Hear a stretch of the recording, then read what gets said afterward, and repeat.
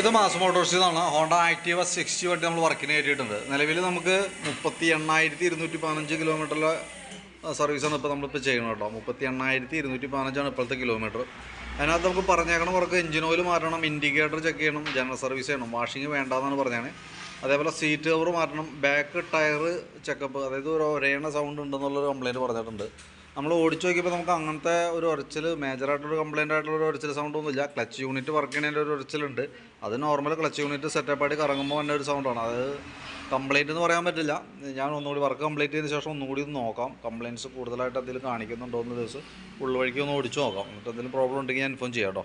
നിലവിൽ സർവീസിൻ്റെ ഭാഗമായിട്ട് നമ്മൾ അതിൻ്റെ ബാക്ക് ബ്രേക്കൊക്കെ അഴിച്ചു, അതിൻ്റെ ബ്രേക്കിൻ്റെ ലൈനറൊക്കെ ഒന്ന് അഴിച്ച് ചെക്ക് ചെയ്യാനുണ്ട്.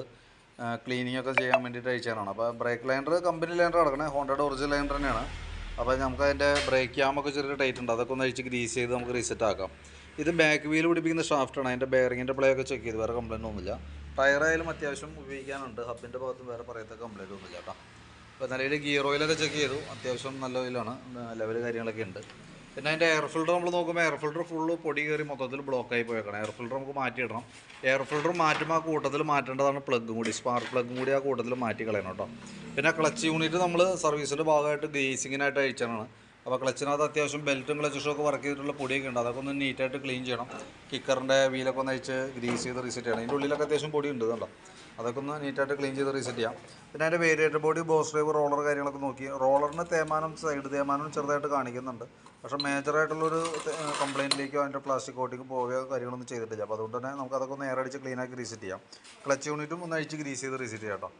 ബെൽറ്റിൻ്റെ കണ്ടീഷൻ നോക്കുമ്പോൾ ബെൽറ്റ് മൊത്തത്തിൽ സെൻറ്റർ ഭാഗമൊക്കെ പൊട്ടിയിരിക്കുന്നുണ്ട്. അപ്പോൾ ബെൽറ്റ് മാറ്റിയിടേണ്ടത് അത്യാവശ്യമാണ്. കാരണം അത് അല്ലെങ്കിൽ എന്തായാലും നെക്സ്റ്റ് സർവീസ് വരെ കിടക്കില്ല. ഇടയിൽ നമ്മൾ ബെൽറ്റ് പൊട്ടി വഴിയിൽ പെട്ടു പോകുന്നൊരു സിറ്റുവേഷൻ വരും കേട്ടോ. കൈയോടത് മാറ്റി കളയാം. ഓൾറെഡി കിടക്കുന്നത് കമ്പനി ബെൽറ്റ് തന്നെയാണ്, ഹോണ്ടയുടെ ഒറിജിനൽ ബെൽറ്റാണ്. പക്ഷേ അതിൻ്റെ നല്ലൊരു ലൈഫ് തീർന്നിട്ടുണ്ട്. പിന്നെ അതേപോലെ നമുക്ക് ഈ ഭാഗത്തേക്കും അതിൻ്റെ ആക്സിലേറ്ററിൻ്റെ കേബിളൊക്കെ നമ്മൾ ചെക്ക് ചെയ്തു. പുതിയ കേബിൾ വലിയ പഴക്കമായിട്ടില്ല, അപ്പോൾ ജസ്റ്റ് ഒന്ന് അഡ്ജസ്റ്റ് ചെയ്തിട്ടാൽ മതി. പിന്നെ ബാറ്ററി കൂട്ടത്തിൽ കൂടെ ഒന്ന് ചെക്ക് ചെയ്ത് പോകണ്ട. ആമറോണിൻ്റെ ബാറ്ററിയാണ് വണ്ടിയിൽ ഇരിക്കണേ. 2024 വെച്ചാണ് ബാറ്ററിയാണ്. ഞാൻ അതിൻ്റെ വോൾട്ടൊക്കെ നോക്കി, 13 വോൾട്ട് വരെ കാണിക്കുന്നുണ്ട്.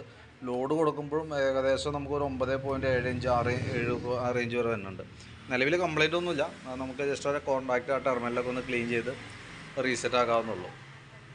എഞ്ചിൻ ഹെഡിൻ്റെ ഇവിടെ ചെറിയൊരു നാവ് തുടങ്ങിയിട്ടുണ്ട്, പക്ഷേ കംപ്ലയിൻ്റ് ഒന്നുമില്ല. അത് അതിനുള്ള പ്രോബ്ലം ആയിട്ടില്ല കേട്ടോ. പിന്നെ ഫ്രണ്ടിലേക്ക് വരുമ്പോഴത്തേക്കും നമുക്ക് ഫ്രണ്ടിലത്തെ ബ്രേക്കും കൂടി നമ്മളൊന്ന് അഴിച്ച് ക്ലീൻ ചെയ്യും. നമുക്കിപ്പോൾ ബാക്ക് വീൽ അഴിച്ച് നിർത്തിയേക്കാണ്. അപ്പോൾ അത് സെറ്റ് ചെയ്തതിന് ശേഷം നമ്മൾ ഫ്രണ്ട് വീലും കൂടി അഴിക്കും. അതിൻ്റെ ബ്രേക്ക് ക്യാമ് കാര്യങ്ങളൊക്കെ ഒന്ന് അഴിച്ച് ഗ്രീസ് ചെയ്യും. ബ്രേക്ക് ലൈനറിൻ്റെ കണ്ടീഷൻ നോക്കും. ബ്രേക്ക് അഡ്ജസ്റ്റ് ചെയ്യാനുണ്ട് നമുക്ക് നിലവിലുണ്ട്. അപ്പോൾ നമുക്ക് നല്ല അഡ്ജസ്റ്റ് ചെയ്ത് ക്ലീൻ ചെയ്ത് അഡ്ജസ്റ്റ് ചെയ്തിടാനുള്ളൂ. അതേപോലെ ഫ്രണ്ട് വീലിൻ്റെ ബെയറിംഗ് ഒക്കെ ചെക്ക് ചെയ്ത് വേറെ കംപ്ലയിൻ്റ് ഒന്നുമില്ല. ടയറും അത്യാവശ്യം നല്ല ടയറാണ് കിടക്കുന്നത്. പിന്നെ നമ്മൾ ഈ ഭാഗത്തേക്ക് വരുമ്പോഴത്തേക്കും ഞാൻ പറഞ്ഞു സ്പാർക്ക് പ്ലഗിൻ്റെ കേസ്, ആ പ്ലഗും എയർ ഫിൽറ്ററും കൂടി ഒരുമിച്ചാണ് നമുക്ക് മാറ്റേണ്ടി വരാം. അതങ്ങനെ സെറ്റായിട്ടാണ് മാറ്റേണ്ടത് കേട്ടോ. കാരണം അത് നമുക്ക് ശരിക്കും പറഞ്ഞാൽ എയർ ഫിൽറ്ററും പ്ലഗുമാണ് നമുക്ക് അതിൻ്റെ ഫയറിങ്ങിനെ ഏറ്റവും കൂടുതൽ ഹെൽപ്പ് ചെയ്യുന്ന സംഭവങ്ങൾ. അപ്പോൾ അതിന് വേണ്ടിയിട്ടാണ് അതുകൂടി നമുക്ക് മാറ്റേണ്ടി വരുന്നത്. പിന്നെ അതേപോലെ തന്നെ എഞ്ചിൻ ഓയിൽ കൂട്ടത്തിൽ നമ്മൾ മാറ്റി വിടുന്നുണ്ട്. അപ്പോൾ ഞാൻ അതിൻ്റെ ഏകദേശം വർക്ക് ചെയ്തു വരുമ്പോൾ ഏകദേശം എസ്റ്റിമേറ്റ് എമൗണ്ട് എത്ര വരുമെന്ന് നോക്കിയിട്ട് അതിൻ്റെ ഡീറ്റെയിൽസ് ഒന്ന് വാട്സാപ്പിലേക്ക് ഒന്ന് സെൻഡ് ചെയ്തിട്ടേക്കാം.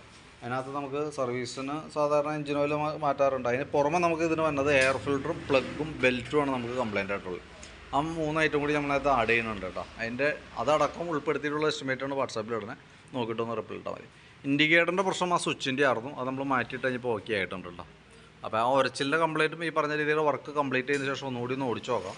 ഒരു കംപ്ലയിൻറ്റ് എന്ന് പറയാവുന്ന ഒരു ഉരച്ചിലൊന്നും വണ്ടിക്ക് നമുക്ക് കിട്ടിയില്ല. ഡീറ്റെയിൽ ആയിട്ട് നമ്മൾ ഒന്നുകൂടി ചെക്ക് ചെയ്യുന്നതാണ്.